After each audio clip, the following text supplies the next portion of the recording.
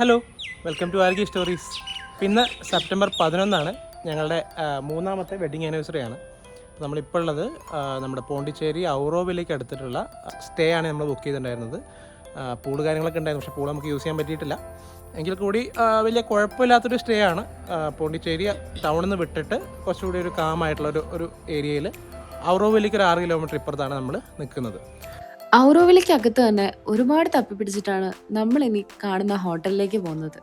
ആ ഒരു ഹോട്ടൽ അവിടെ ഉണ്ടെന്നുള്ളതിൻ്റെ ഒരടയാളങ്ങളും റൂട്ടിലൊന്നും കണ്ടിട്ടുണ്ടായിരുന്നില്ല. അങ്ങനെ കുറച്ചു നേരം തപ്പിപ്പിടിച്ച് നമ്മൾ അതിൻ്റെ ഉള്ളിലേക്ക് കയറി. ശരിക്കും ഒരു വീട്ടിലേക്ക് കയറി പോകുന്ന ഒരു ഫീലായിരുന്നു.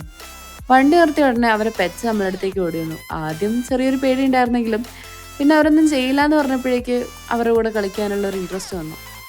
അങ്ങനെ ഫുഡ് ഓർഡർ ചെയ്ത് ചുറ്റും നോക്കിയപ്പോഴാണ് ഇത് ഞങ്ങൾ കാണുന്നത്. ഇതൊരു ഫാം ഹൗസ് റെസ്റ്റോറൻ്റ് ആണ്. ഔറോവിലെ തന്നെ ഉണ്ടാക്കുന്ന പച്ചക്കറി വെച്ചിട്ടാണ് ഇവിടെ കൂടുതലായിട്ട് ഫുഡ് ഉണ്ടാക്കുന്നത്. അങ്ങനെ ഞങ്ങൾ എന്തൊക്കെയോ സംസാരിച്ചുകൊണ്ടിരിക്കുമ്പോഴാണ് ഫുഡ് വരുന്നത്. ശരിക്കും ഒരു ഹോംലി ഫുഡായിരുന്നു. അന്ന് അവിടുത്തെ ആദ്യത്തെ കസ്റ്റമേഴ്സും ഞങ്ങളായിരുന്നു. ഈ ഒരു ഫാം ഹൗസ് റെസ്റ്റോറൻറ്റിൻ്റെ ഓണർ ആയിട്ടുള്ള ചേച്ചി അടിപൊളിയായിരുന്നു. നമ്മളോട് കുറച്ചു നേരം സംസാരിക്കുകയൊക്കെ ചെയ്തു. വയനാട്ടിൽ നിന്നാണെന്ന് പറഞ്ഞപ്പോൾ വയനാട്ടിലെ ഫ്ലഡിൻ്റെ കാര്യങ്ങളൊക്കെ ചോദിച്ചറിഞ്ഞു. ഔറോവിലയിൽ എന്തൊക്കെയാണ് സ്പെഷ്യലായിട്ട് കാണാനുള്ളതെന്നും അങ്ങനെ ഫുഡ് എന്തൊക്കെയാണ് എക്സ്പീരിയൻസ് ചെയ്യാനുള്ളതെന്നും അങ്ങനെ കുറേ കാര്യങ്ങൾ നമുക്ക് പറഞ്ഞു തന്നത് ആ ഒരു ചേച്ചിയാണ്. അങ്ങനെ ഫുഡൊക്കെ കഴിച്ച് ചുറ്റും നോക്കുമ്പോഴാണ് അവിടുത്തെ ഫാം ഹൗസിൽ തന്നെ ഉണ്ടാക്കിയ എന്തൊക്കെയോ സാധനങ്ങളും ഫ്രൂട്ട്സും വെജിറ്റബിൾസും അച്ചാറും അങ്ങനെ പല ഐറ്റംസ് ആയിട്ട് അവിടെ വിൽക്കാൻ വെച്ചിട്ടുണ്ടായിരുന്നു.